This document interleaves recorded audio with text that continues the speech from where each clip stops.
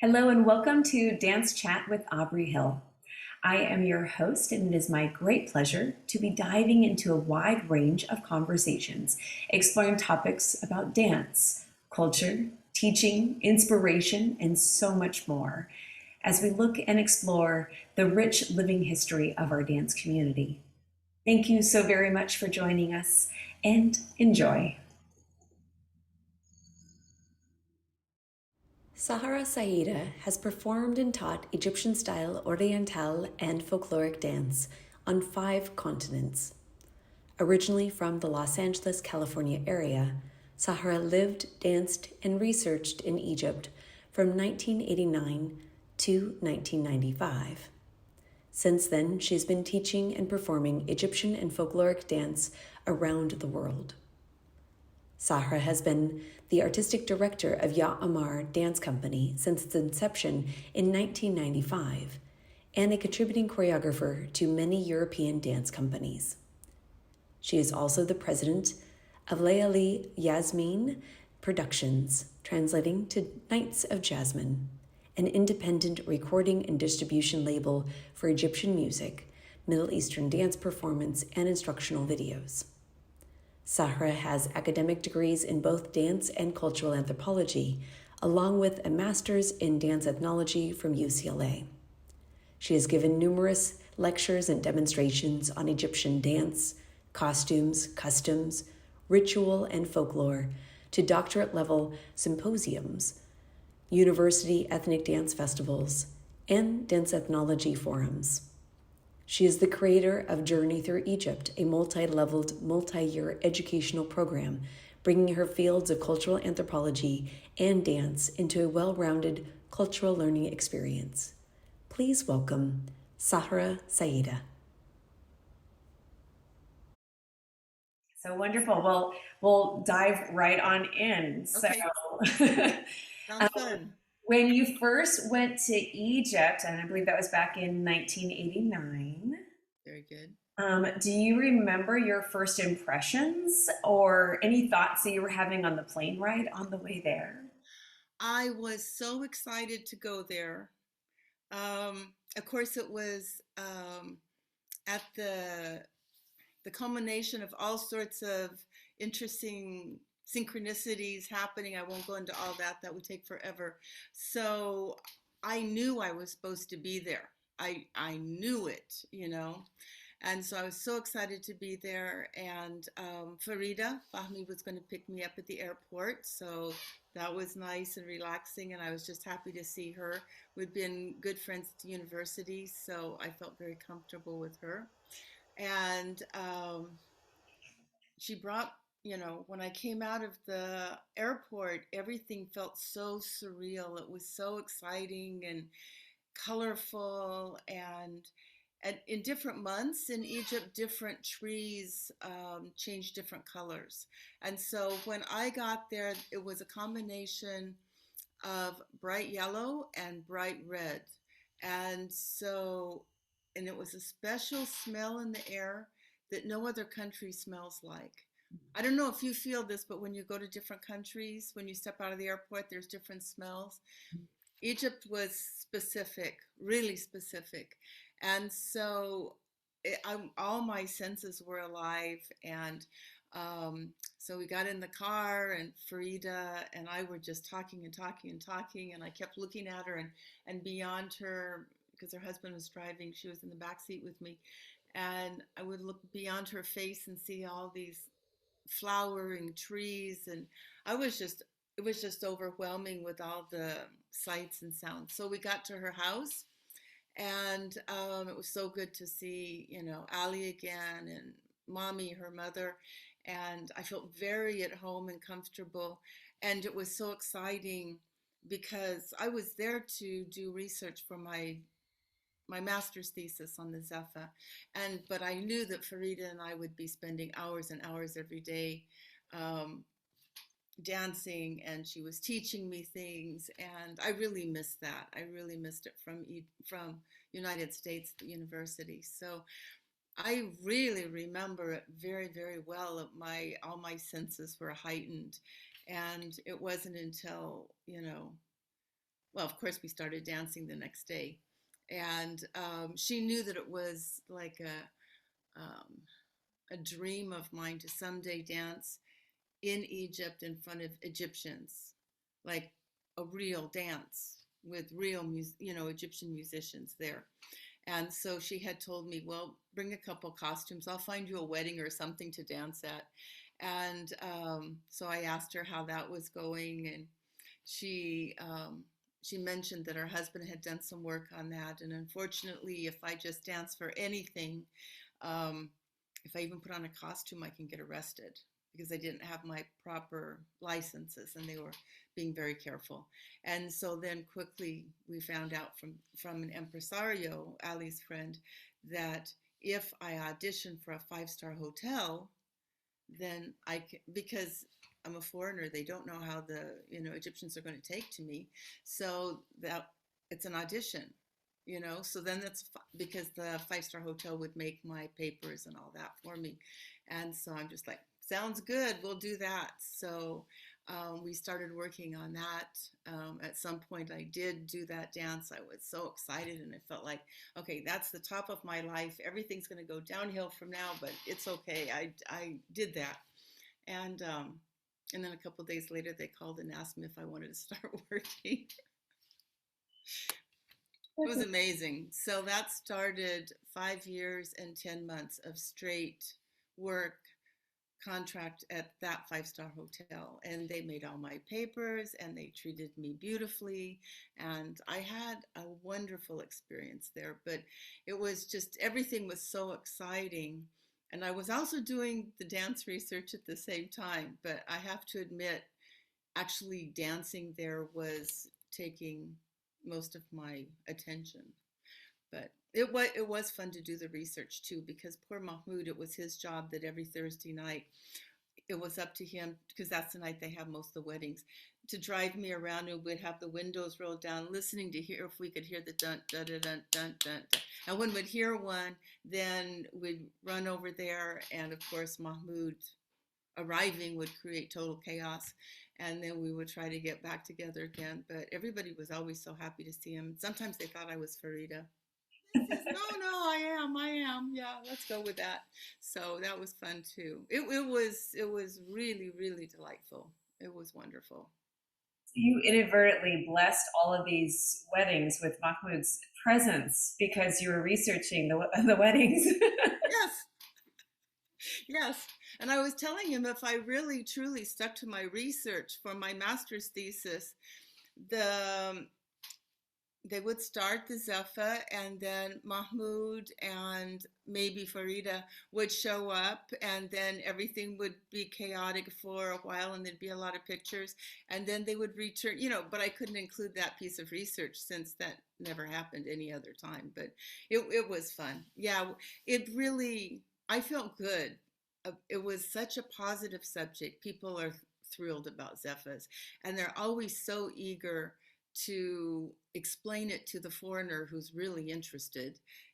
So I have all these people explaining to me, like, who's whom and what are they doing now. And it was great. It was great. And it's public, so it's not a problem for me to take video and pictures and things like that. So it was a perfect research subject. I didn't realize it at the time.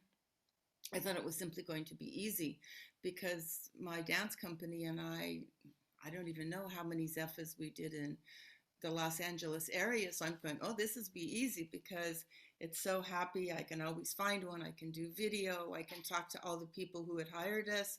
And I'm going, okay, this is great. I got it passed by the board and everything at UCLA. And it turns out that all these different people were from different subgroups. And so I'd be talking to one, and they're going, well, actually, Sahra, what you did was the Egyptian style that we know from the films, but we're Iraqis, so we do it differently. I learned a lot, but it didn't help anything on my research, on my paper.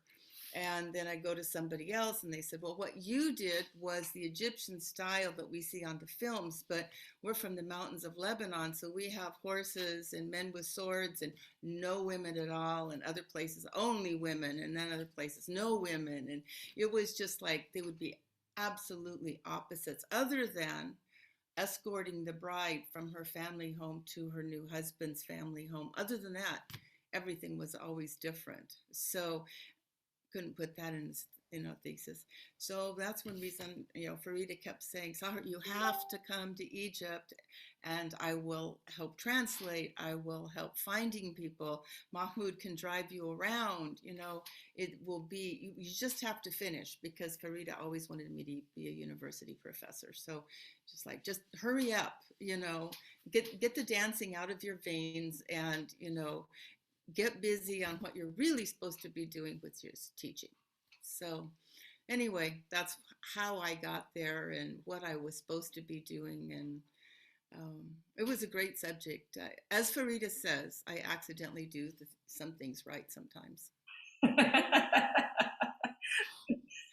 Well, True. I was thinking, so you came thinking that you were going to be doing some research and catching up with a dear friend.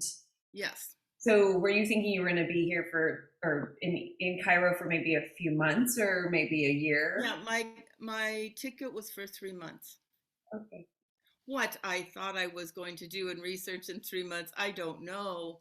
But I figured I already knew a lot about it, and I'd get a lot of video, and I'd have a lot of tape recorded, uh, real, like cassette tape recorded interviews, and a lot of still pictures and all that, and that I would have enough to write the thesis, because I just wanted to get on with things. And the more in depth I got, the more interesting it got. And as I was in Egypt, what I was supposed to be doing for my UCLA people is I was supposed to be documenting with a narrow scope, documenting the Zeffet al Arusa in the new style Firka Zeffa. Okay, so I was supposed to be doing that, which I was doing that. But the more I got into it, because it was Egypt and Cairo, the more we were getting into, it was the Awalim who originally did this. And what did they do? And, then the whole Muhammad Ali scene. And Mahmoud Reda introduced me to Saeed Henkesh, who had helped with the trade like any other. He's amazing. And so he was taking, and I was getting deeper and deeper and deeper in this Muhammad Ali Awalim stuff. And so because every Ramadan, the holy month, I would have a break and go back to United States for 3 weeks and come back. And so I took my latest 50 pages to my teachers at UCLA and presented that, and they said, "No, this is off subject. Forget about this. Get back to the Zeffet al Arusa." And I'm going, "But this is the important part." And they were saying, "No, you can write that one later for another magazine or something, but stick to your narrow research." And so then I've never written the paper on the Awalim. A lot of it, what I would have written, was already covered in A Trade Like Any Other and a couple other books, so that was good. But and then there was other things that I was getting more and more, like the culture surrounding this this poor young woman who was like a little princess in her own home, and then suddenly she's at her new husband's family's house, which is a whole different culture. And I was really getting into that, and how that transition. And again, they said, this is not psychology, keep to the documentation. And they said, we don't have enough body of knowledge to do anything comparison or to go to widen your scope. You have to really do something well and narrow and deep. And so I stuck with that. Well, I find it really intriguing that within research and especially within a variety of the sciences, there's a lot of debate and conversation around how the researcher is influencing the subject. Yeah. Right? and how it, because you happened to be studying something that was very public, it actually gave you a space to be an honored guest, but bringing, you know, potentially Mahmoud Rana into it, so a blessing. It actually kind of acknowledges the sense that you in observance, you're going to be an influence, but you actually did so in a way that happened to also bring tremendous joy and luck, I would assume, to the couple. It, I was really happy the way that all happened because once I was there for a while and I tried researching other subjects, um, I realized later how lucky I had been to choose that subject because it was already public. Um, I was there with Mahmoud, so they automatically trusted and liked me. So that's a big thing. And it all it had its parameters on it. And so later when I started, researching other things, like when I finally finished my dance contracts in Cairo, and then when I came back and I started doing research into Upper Egypt and other places in Egypt, it was hard to break into places because I was so, used to Cairo and coming and going and talking to different people. And I hadn't realized that it's like all these people knew I was Farida Fahmy and Mahmoud Reda's friend. So I was already accepted. And of course, nowhere else saw me that way. So um, they would see me maybe as a tourist or maybe, all these kind of different things. So um, I'm glad that I had those lessons as I had more confidence in actually doing the research. But one thing I did find was to find an impresario. It's a beautiful entrance because impresarios are used to working with people who don't understand the culture and working with the people who do and finding a way to bring them together, usually for like a wedding, or something like that. But they know how to do it and they know how to be rather bicultural and make those things happen. So that you had mentioned in some of your questions that, helpful hints that I could give people who are doing research. It's really good to find. I mean, sometimes you go in some places and it feels like home and it's great, but be careful. Don't insinuate yourself in one family because as soon as you belong to that family, in somewhere like Egypt, that's the family. You're not allowed to talk to any man from any other family. You're not allowed to go to weddings of another family. You're accepted to be one of their girls, and it feels lovely, but you can't do much research that way. And if you read some research from other anthropologists about going in and being with a family in Upper Egypt, each one of them has that problem. So, one of the good things about the impresario, you can go in and tell the impresario, I want to interview a tabo player, I want to interview a night player, I want to interview, and so that person sees you as someone that knows Saad, someone that knows him, not necessarily of the family they have to protect and make sure I don't do anything wrong and, all this kind of thing. But it opens up the access. And some other people could work with tour guides or something like that because they understand the bicultural and they understand that foreigners um, can be really crazy that way, that we think we can talk to anybody and we just like we're just open like hi, and we talk to somebody even if they're not from the right family, and we're not aware of what neighborhood we're talking to. And so people like impresarios and tour guides, they understand things like this and they can step in. And sometimes it isn't until I finally get to the place where we're translating the whole interview that I realized how many times the the translator stepped in and saved me out of very uncomfortable situations. And they were all nice. I mean, and it was usually because those people are going, wow, you're really nice, you have to come to our house. And and I'm just like, I don't have any time right now. And luckily he can step in, because what they had asked me to, to come to their house and be aligned with their family, and it would have been a whole different thing if I would have gone.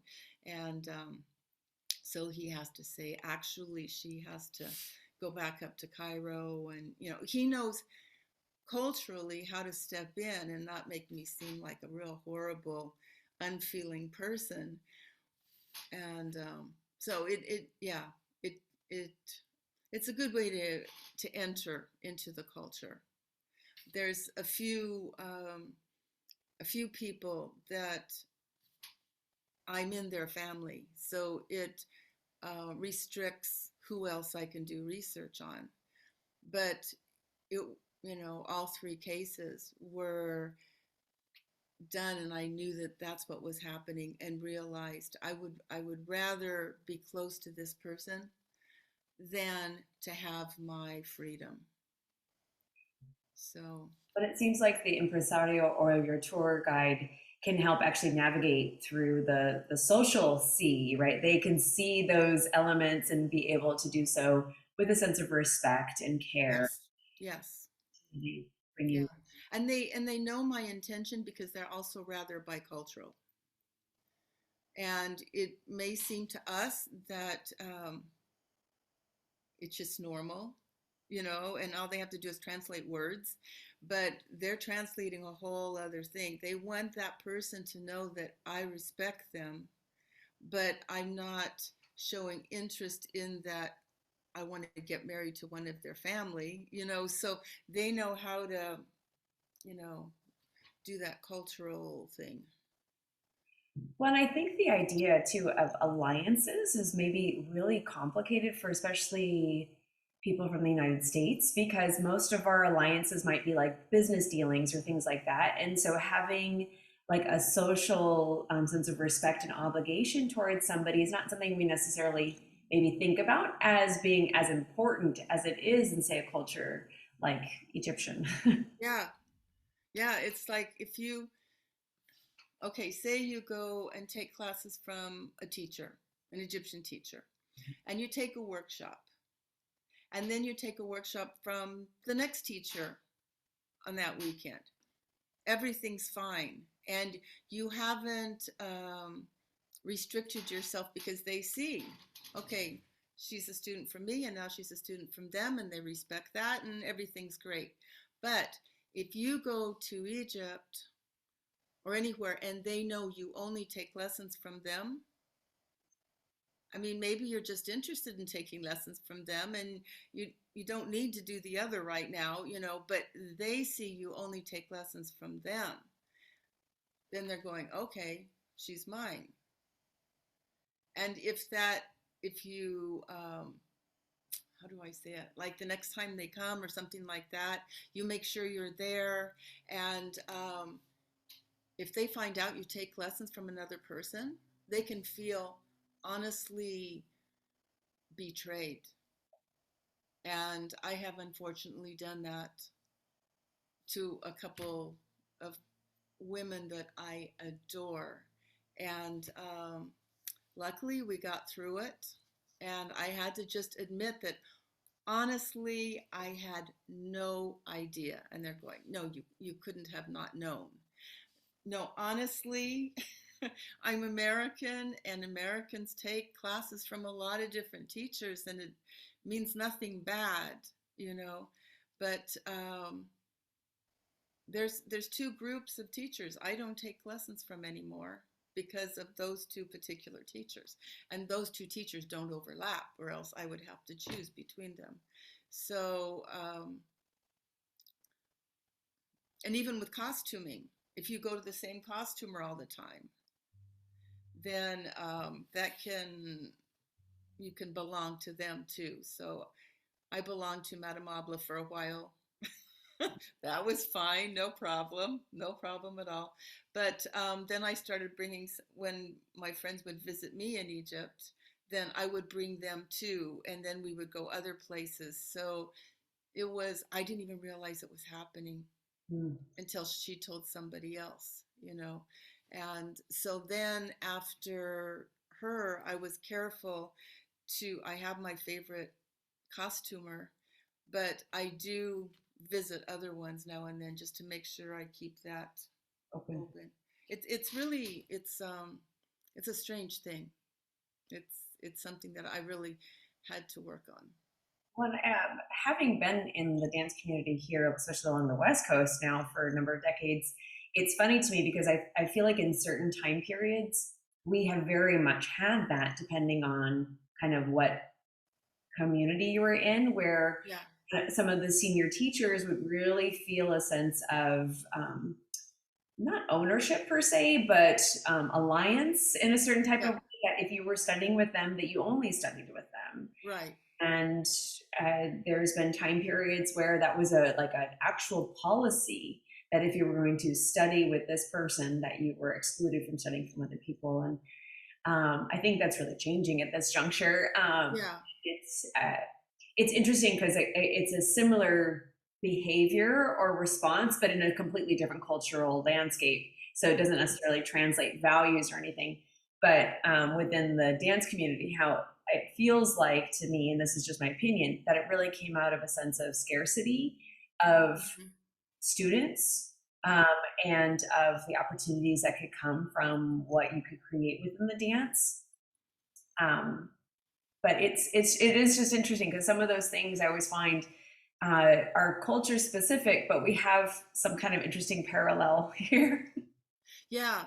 And it's a deeply felt thing. It's not, although I know some people are aware, like with the dance company, if you are in my dance company, then you're not in other dance companies, that kind of thing. And that can be set forward. And I remember whole conversations decades ago. Um, well, maybe you should make a contract and things like that. And to me, I had already left Egypt when I started the dance company. So I'm thinking, contract, it's just like in Egypt, you don't make contracts, it's just like you either feel your allegiance or you don't, and then, but luckily I had wonderful dance company members who would talk to me about that. And it's like they were also students of other people, so they were in their classroom um, dance companies, which was great. And I would go see their shows. Um, so I was open to it, but it was something that I felt on a visceral level. I don't know how to say it. But now that you're talking about, because when I started, honestly, there was no teachers. Right. I started with a teacher who wore a cowboy hat, and she didn't even know that this was from Egypt or the Middle East. She thought it was South America.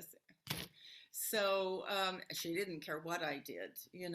So anyway, then I was learning from films, black and white films from the old golden age of Egypt. So I was performing before I had a teacher. Right. So then, Lou Shalaby. Mm-hmm. Yeah. Lou every once in a while would let me know who I should take some lessons from, and he would coach me from out in the audience. You know, he would look at me and go, okay. Because I had a thing, because I was modern and ballet. So I had a thing of putting my arms straight out. And he says, no, it makes you look like a child. It's not professional. So he would go like this. So I'd have my arms out and then I'd bring them back in and, remember to keep it near the body. And so he was mentoring me from outside, from the audience. And then he would say something, you need more earth, Sahra, you need more earth. And I'm just like, I don't know what that means. And because I'd already taken classes from Farida, and she had this unbelievable ability to change centers in her body. It was just one of her gifts. She wasn't aware of it, And later on, we both became aware of it because it's a law of notation, you know, concept. And also the, you know, that the feeling of earth. And I'm just like, I don't know what he's talking about, but I'm springing around and, you know, like a rabbit, he says. So at one point in time, he told me, you know, Feiruz Oram, unbelievable teacher. He was with her, she was with him at the Fez. And so he had talked her into starting teaching dance lessons. And so he told me, you have to take from Feiruz or you're fired. And it was like an hour and a half drive to go in and take a lesson, you know, and then so but I took several lessons from her, and I it helped my because she would start everything with a rhythm. So that was very helpful. But being around her, I just realized he wanted me to dance more like her, and she had a beautiful sense of earth. And so I would try to replicate it. But later on, I got the concept of high and low center. And where in ballet and modern, we were always trying to, like right here in the lift. No. No, you know, get it down into your hips, you know. And that's when I discovered the film White Nights. Mhm. Yeah, with Nureyev and Hines, and the same dance. Of course, it was the brilliance of Twyla Tharp, I think, that really did it because she wanted both of them to do it in their own technique form. But Hines was the tap dancer with the low center, and of course, Nureyev was like up in the clouds, you know, and each one was good for different things, and each one had its own beauty and its own richness. And watching that is what helped me see this high low center and the lift or the pressing in. That was very, very helpful because that was before I went to Egypt.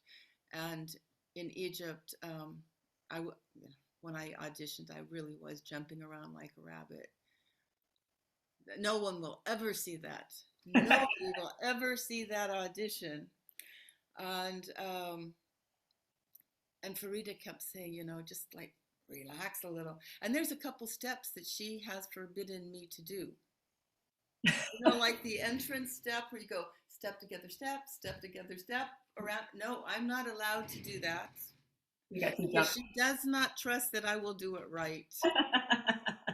She says, no, from the minute you come on, you look like a foreigner, and that's not what we're going after.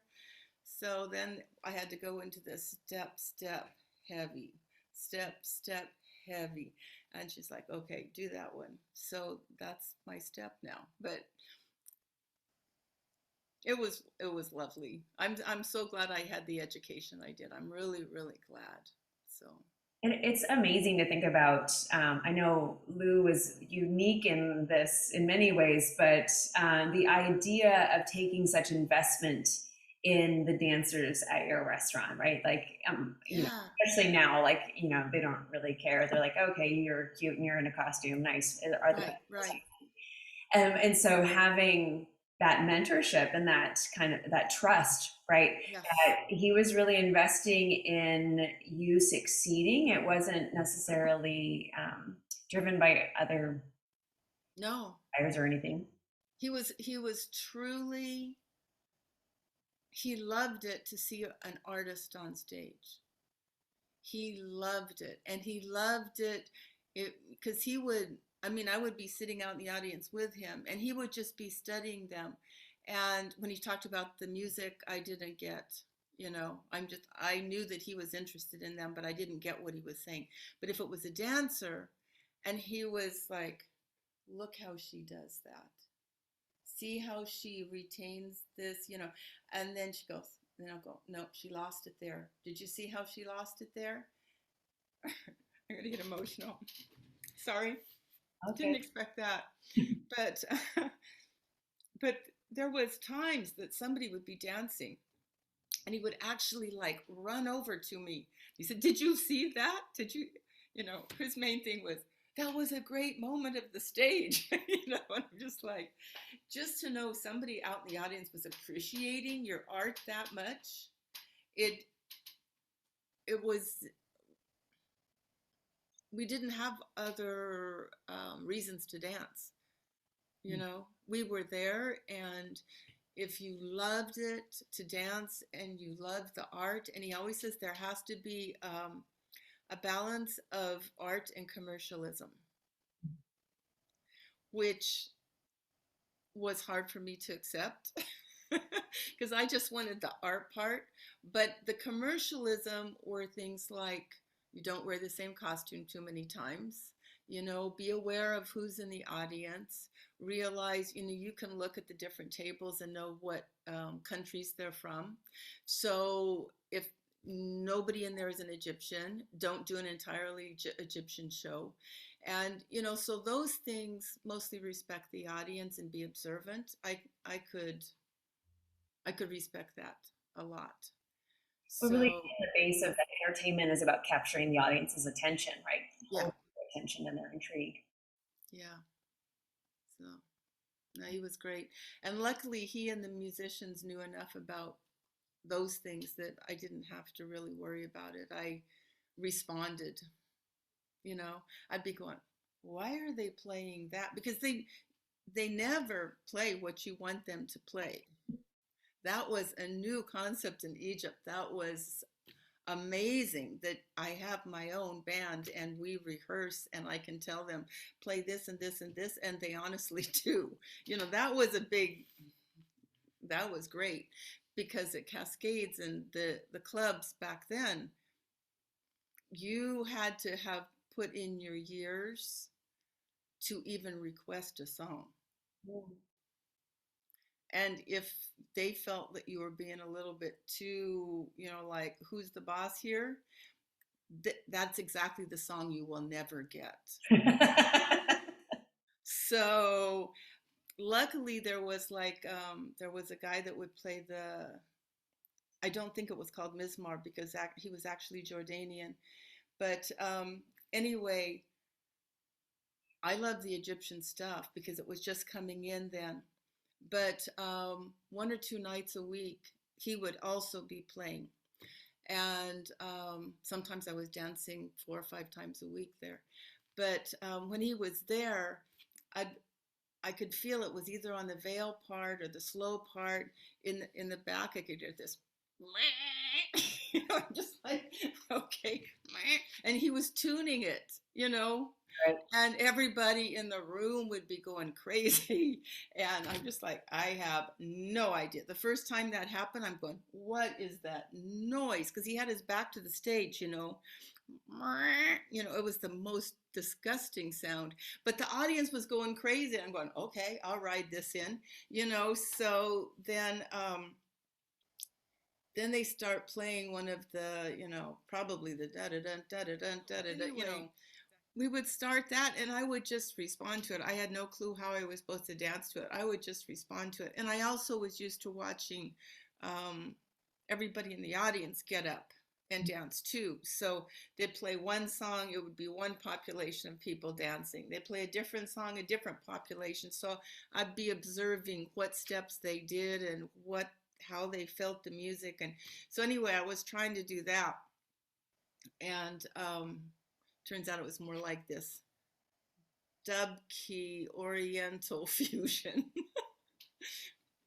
But it worked really well. And I would be somewhere in between, and then he turned around and he was so loud, and people got up. Oh my gosh, I will never forget it. Those beautiful moments, like really, like Yeah. I mean, that's the synergy that music and dance and art that brings people together, right? That Yeah. we are all together in this one moment that will only last right now. Like, Yeah. And that's also like the sound when I go into Upper Egypt and I hear the Mizmar. And what's really funny is that one song that I sang, both of them think it belongs to them. of course. Saeedi go, no, it's Saeedi. And, you know, Jordanian, no, it's Jordanian. Okay.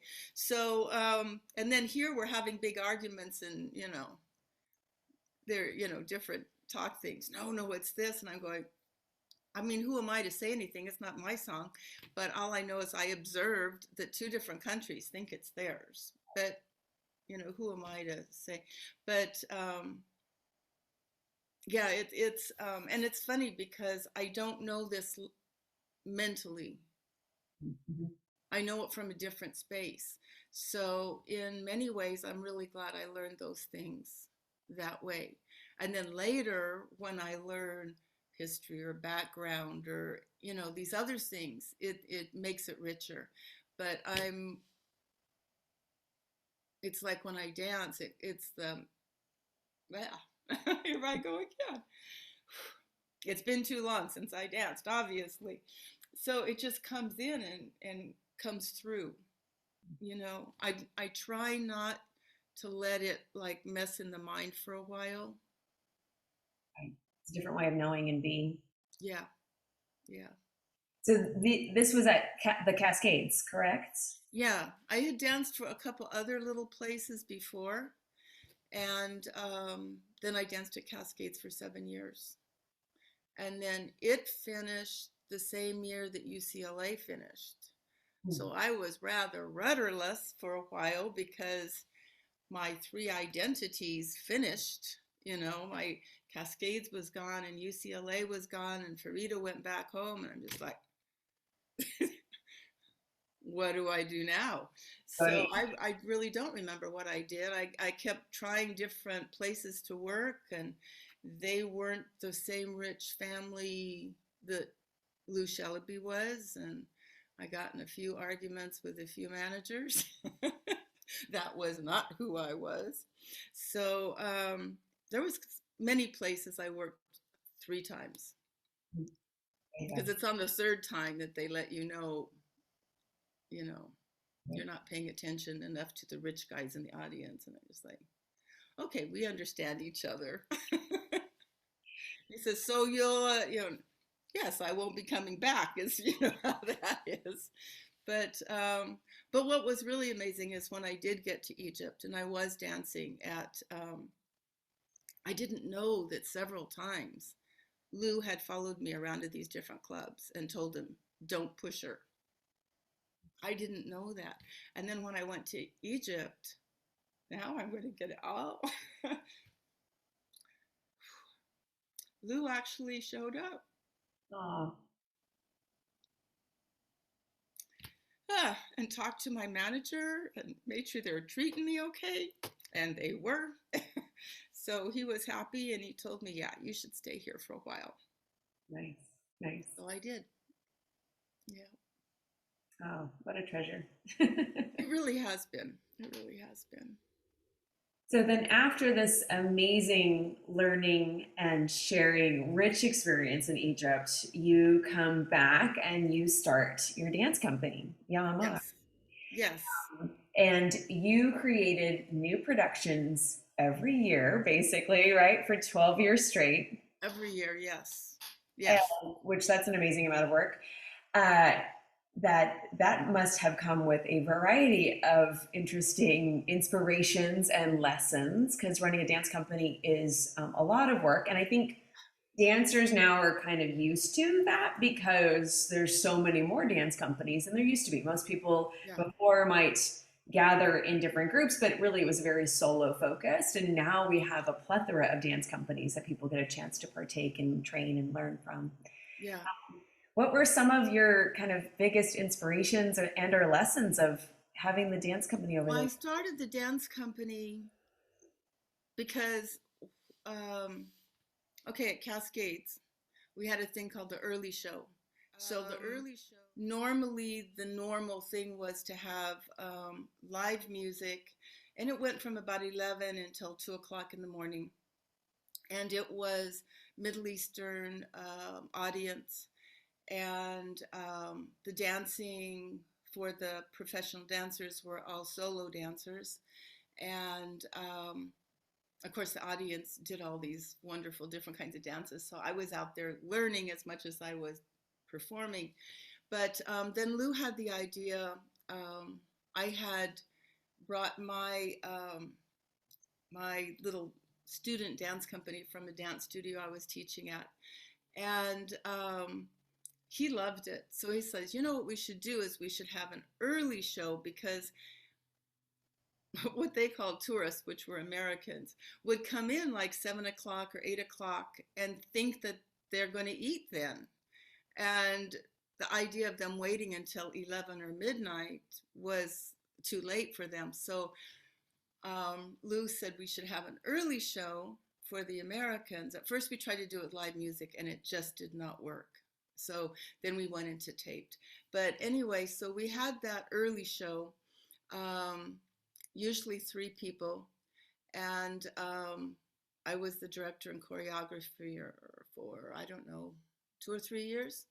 And then a couple Egyptians came through, and they were from the Komea. So they became the director, and so I got to learn all this great Komea stuff. So I was doing that for years.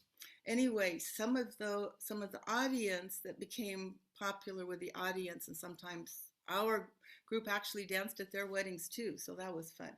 Anyway, so when I returned from Egypt, one of the audience that had liked the early show had a club. Oh. And so I went over and asked if they needed a solo dancer, which they hired me. And then he said, you should put together something like the early show. And, you know, okay. So I did. And it was fun. And it made me the transition, because I was having a hard time going from Egypt to America. And it was well within my comfort zone. I loved it. The girls were lovely, and they're still friends. And but working there, he saw it as, you know, Americans who just like to dance for free, and I was of the mind that, no, you work. This is my work. This is my entire work for this last 17 years. Mhm. So anyway, so of course he hired a couple of the girls out of it, and they became soloists. And then I just decided, okay, this is going to be an American dance company. We're going to do this for fun. We're going to do this for stages. I don't need all the drama of him telling me, tell her to do something differently. No, it's not your business. You know, she doesn't need to lose weight for you. You know, she looks too much like a man. Okay, now how am I supposed to, what is that? And then if they were really beautiful, he'd be, you know, taking them out of the troupe so that they can be solo dancers. And I'm just like, no. So anyway, it was the same ladies, and we started just doing our own thing. And I was also touring at the time in Europe, and I remember how many times we would have a beautiful venue, beautiful, and all these amazing, talented dancers, and no tech time. You know, they go out on the stage, and the people from the lighting booth would go click and turn something on. And I'm thinking, if there was some production value here, this would be a fantastic show. So then I started seeing things more from a tech thing, and deciding once a year with my dance company, I would have a show that we would actually spend the money for the tech and put it in a nice theater, and do the 3 rehearsals beforehand. It cost a mint, and I you know, I never even broke even, you know. But again, the art, you know, I had the commercial going. I was traveling and working, so I could afford it. And then, but I needed the art going too. And so that was the problem then is, because I was always teaching them a full show, you know, of material during the year, then you know, it was complicated, because they would see themselves as an American dance company. So, oh, we need to do all these things, and we need to be in all these little shows that all the, you know, dancers are in. So somebody else would kind of take care of that. Mhm. And then on Saturdays, when I was in the States, when I wasn't out working, then we would work really hard on new material, which when I had women that were really excited about learning new things and perfecting that one show. And we would always put the show on 1 week early for cameras.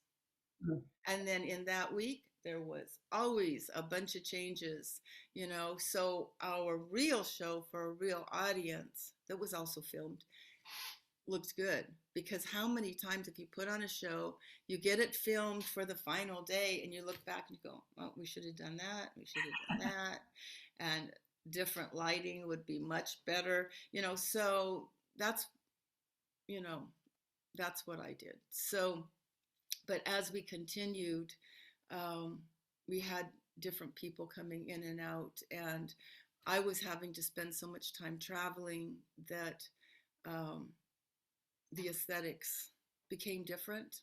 Mhm. And so the last show we had, um, I think I only had two, from my dance company, two numbers in it that were new.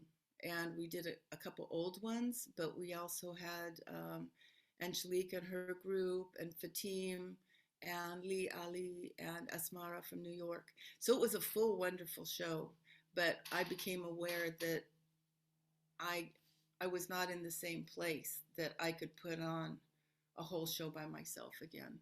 So that was the last full show like that, and also the Raw, the Eclipse of the Sun, Pharaonic. We could talk for like a month on that one. So anyway, there's all sorts of different opinions on that, but I had to do it. It was in my mind. It was an artist. I never wanted to do a pharaonic show before. Just didn't hit me, but suddenly it was, and I couldn't think of anything else, and so then I had to do it, and so I did it. And some people loved it, and some people hated it, and I'm just like, hey, Really, I'm the one that lost money on it. well, that generally is the way that art goes, right? People have strong Yeah. feelings about it one way or the other. And so we did it. And then, like a couple years later, Cairo Carnival asked me to do it there. I'm just like, okay, because there was some things that I really, of course, wanted to do differently. But it was on a different size stage, or people walking back and forth.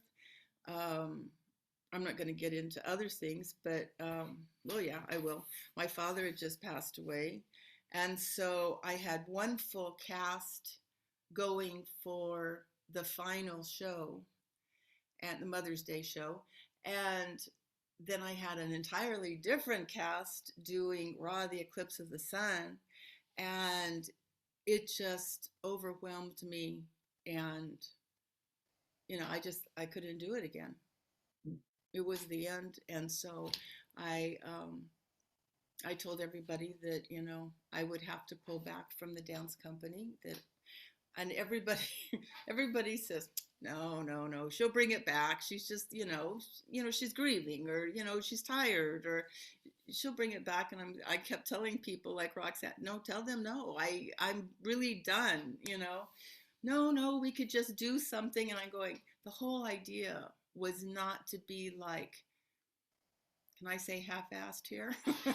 Or Okay, the whole idea was to be our best and to have the tech really good and to really push ourselves for quality production.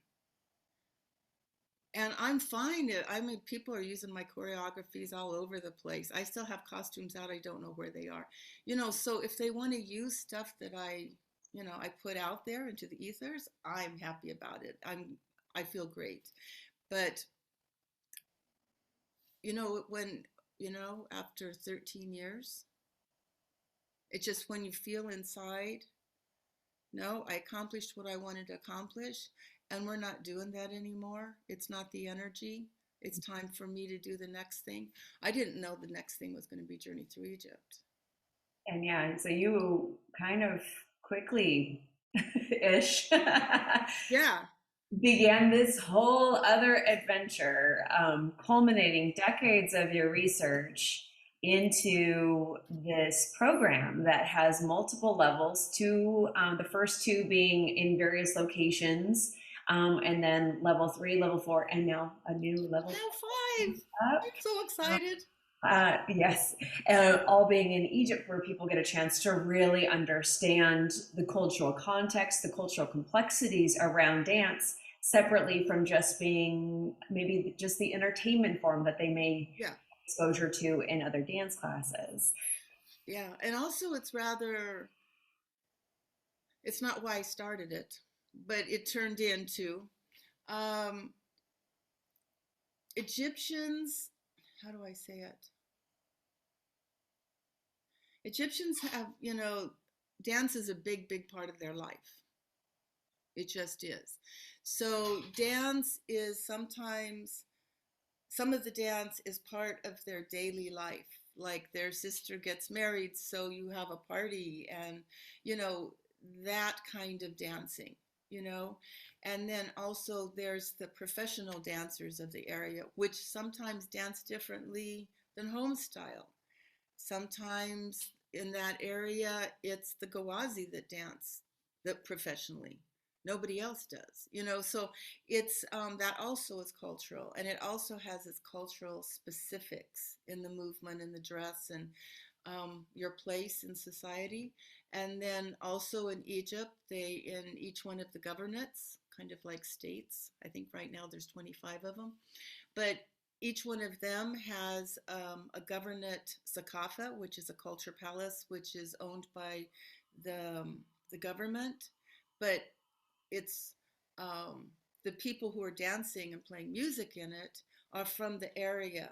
So to me, this is one of the things I'm fascinated by right now, is that here's like a group of people, okay, say Luxor. So here's a group of Luxor young people, and they have Luxor dance inside their bodies. And then also the person who choreographs and stages the thing also has the stage feel and understanding from the national troops.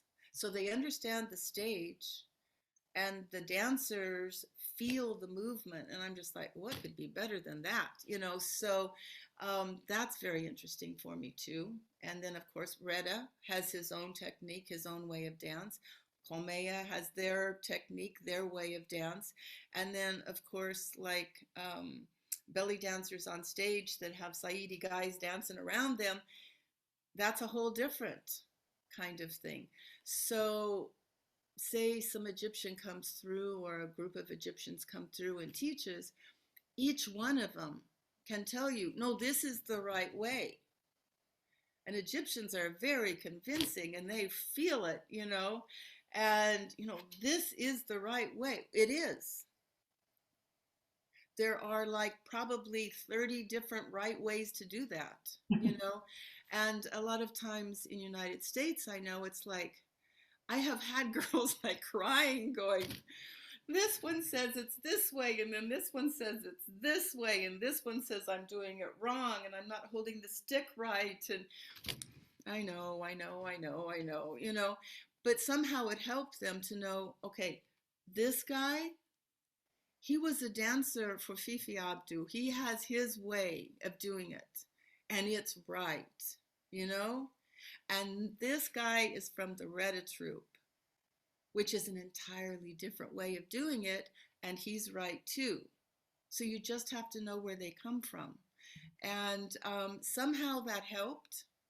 I mean, okay, and in Egypt also they have these, what do I say? I call them tables, tables full of jigsaw puzzle pieces. But Social categories. yeah, categories. So Egyptians have these categories in their head. Maybe some Egyptians will combine Reda and Kolmeya, but people who understand dance or music don't. So part of being a dance ethnologist is to go and understand their categories and what puts somebody in one category versus a different one. And this is one of the main things I wanted to get across in these classes. And then, of course, I need to go to each one of the regions and, like, okay, this is Hagala. It's going to be done differently if the real lady's out there with her boots and dancing on hot, sharp rocks and thistles. It's different than if you're in the Retta troupe or in the Komea, or if you're what is her name? Aza Sharif, dancing in a green cotton dress, and everybody says, well, it's got poofs on the side, so she must be Tunisian. No, she told me that's the Hagala. She never went to the Western Desert. She's never seen the Hagala. She watched the Retta troupe, or maybe Komea, I don't know. She watched the stage. And at that point in time, if she danced folklore, she could be on TV. If she danced Oriental, she couldn't. So she's going to do folklore. And same with Nago Fouad. She has a Hagala dance. Totally different. So, but that's the thing, is to take these different dances and see how they're done by these different categories. So that was what was inspiring me. And what was really strange is one of the last, maybe it was the next to last, maybe it's the third to last, I don't know, shows that I had, my dance was called Journey Through Egypt. And I was thinking that would be fun. We're going to take one choreography from each place, and, and of course Cairo had Oriental, so we had one Oriental number from Cairo. But interestingly enough, because it was videotaped, I use it in my, my Journey Through Egypt. One thing there's no problems with, it's my music, my dancers, my choreography, and I made the costumes. So nobody can, tell me there's problems with putting anything on YouTube or anything. So anyways, it's interesting that this was already forming. Yeah. And then when I could really focus on it, again, the narrow, deep focus, then it came to fruition. In that mental space of not having to produce or getting to produce, right, a new production every single year with the quality level that you really wanted, with that now released from your responsibilities, you could then really focus on creating this. And I feel, as someone who's taken all of the levels a few different times now. Thank you. I appreciate it.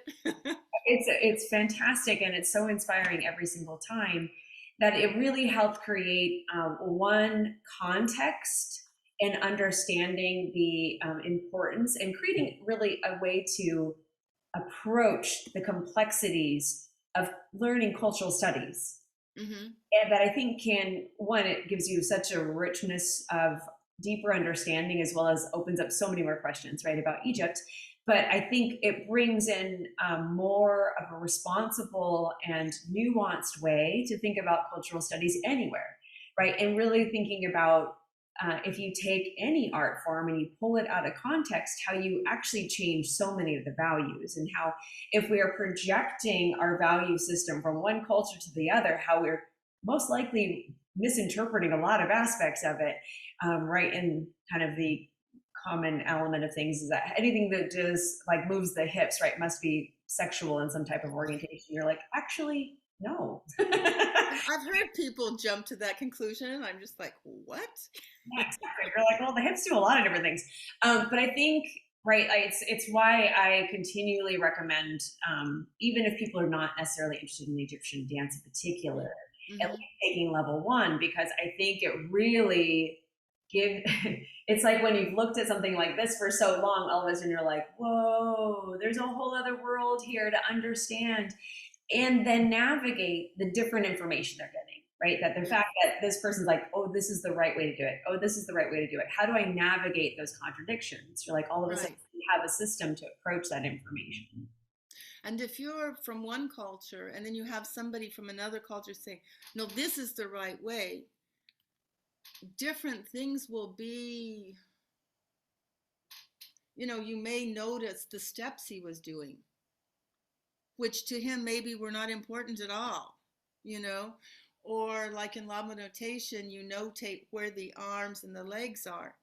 that might not be the important part of the dance. So, from one culture, we have certain things that we watch, and then we watch another culture, and we're automatically selecting things that were important to us. Right.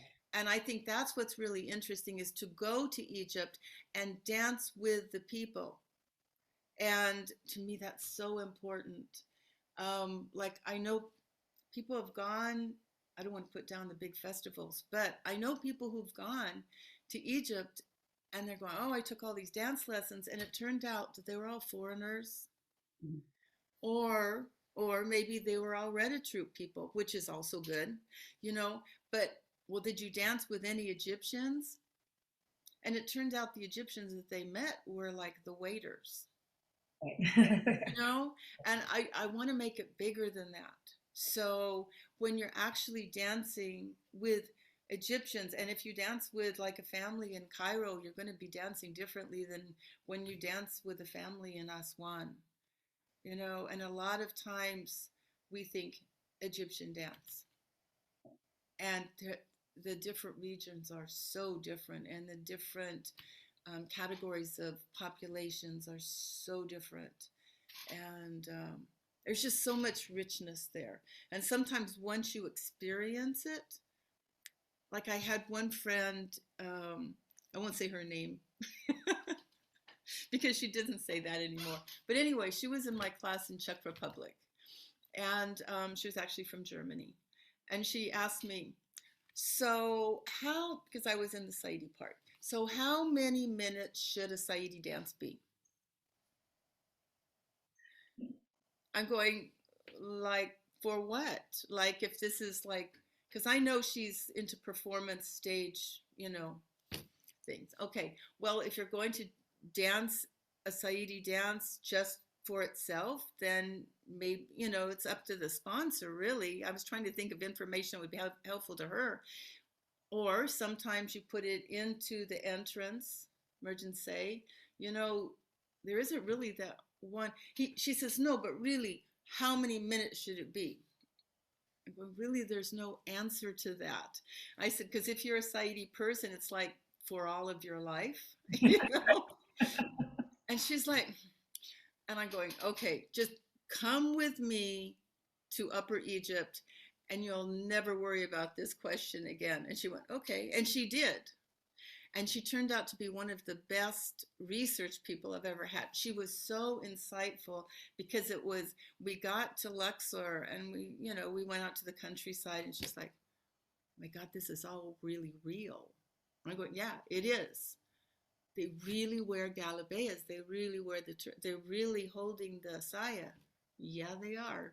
You know, it just was shocking to her that this wasn't just something for stage Right. with the stage restrictions on it. It was real. And I don't know if I'll cry or not.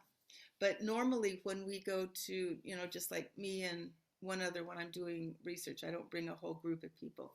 But the impresario can invite us to a wedding or something. And in a wedding, we're men. Because if we go to the women's party, the women are like family and inside, and we're not their family. So we're foreigners, therefore we're men. So as long as we sit with the impresario and don't flirt with anybody, we stay men. So we're in the men's group with hundreds of men around. And always I just sit there. I don't do any dance in front of these guys. But she wanted to, and she asked Saad if it was okay. And he knew the people that were getting married. He asked them, and they said, sure. So, and the cop singer was gorgeous. I think you probably already took classes with him. But anyway, he started singing, and she got up and danced. And yeah, I'm going to get emotional. I had never seen her dance that way before. I have never seen three or 400 Saidi men who were all partying just like 2 seconds ago, just like watching. And when she finished, it was just like silence. And I'm thinking, okay, now what are they going to do? But it was cool. They didn't clap because they didn't see her as a performer. They saw her as a family woman, you know. And then the Koff singer knew how to bridge, and he went back into one of the Koff songs. The guys ran up, and everybody's doing their Koff dance, and it was great. It was great. I wouldn't say everybody should do it, but I could see that she got it, you know. But sometimes, and she was really studying things. She really, really studied, but it wasn't until she stepped into Egypt That makes sense. and her performance was entirely changed from then on. So I I think it's very remember the important. first time getting a chance to go with you for the very first level 3 and level 4, and I remember so many times having these moments of being like, oh, I learned this, but now it made sense. Oh, good. It's so different when you're like reading something in a book or you're learning Yeah. something really in isolation. And then when you see it fully being lived and breathed, it just has a different weight. Yeah. And it was like the lenses, like filters were removed kind of thing. Mm-hmm. Mm-hmm. That really created just a vastly different kind of deeper understanding, and also the full recognition of so much more to learn, that there will always be so much more to learn, right? That's really the beautiful, amazing thing of it. That was one of the most exciting things, is there will never be an end to this knowledge. You know, it's just like, to know that, you know, I won't ever finish is really exciting. I just love that. So, but that's one reason at first when I did the Kickstarter and got into Journey Through Egypt and talked to Tiffany about, okay, what should be my different goals? One of the first goals was to have a camera that had a good, you know, that actually, what is it called? Good definition. That was nice to have, you know. So there were some things, yeah. And then at a certain goal, I was supposed to, okay, I'll write a book. I kept thinking and thinking, how do I possibly put this into a book? Because unless you've actually been there, what I say, it's not going to be meaningful. Because whatever I say, and I'm meaning that, when they read it, they're going to have this reference, you know? So I'm going, it has to be on video. So Tiffany had the idea of a video book. It hasn't, you know, that hasn't happened yet. But I was putting together the big archive. I still want to continue with the archive. I've got hundreds and hundreds of hours ready to cut up and put in the archive, so that at least you, okay, this piece of video, and then I write about um, the what was going on at the time, what else would be interesting to know about it. Just like maybe a couple sentences, maybe 2 pages, you know, just a little article about that clip. And at least it's like little, you know, you can see into this a little bit or see into that a little bit, but still they have to go. Collecting more and more. Yeah, yeah. I've got 2 drawers here of just full of, you know, scan discs and all these kind of things that I still have to work on. Well, I could talk to you literally all day, and We could. I know we have. I know Yeah. we totally could. I am really excited for your workshop for Legends, getting a chance to look at the history and aesthetics of Cairo Oriental, and a little bit more into that side of your both personal experience and research, as well as the growing vast amazingness that you're doing with Journey Through Egypt and all of your beautiful projects. Well, thank you. I just want to thank you so much for this time. It's been really lovely. Thank you very much. And thank you for suggesting that subject.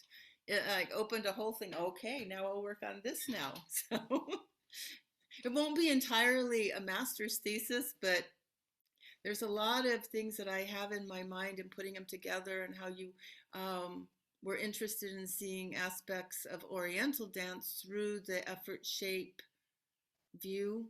And of course, we have to mix in history and culture and, you know, the whole thing.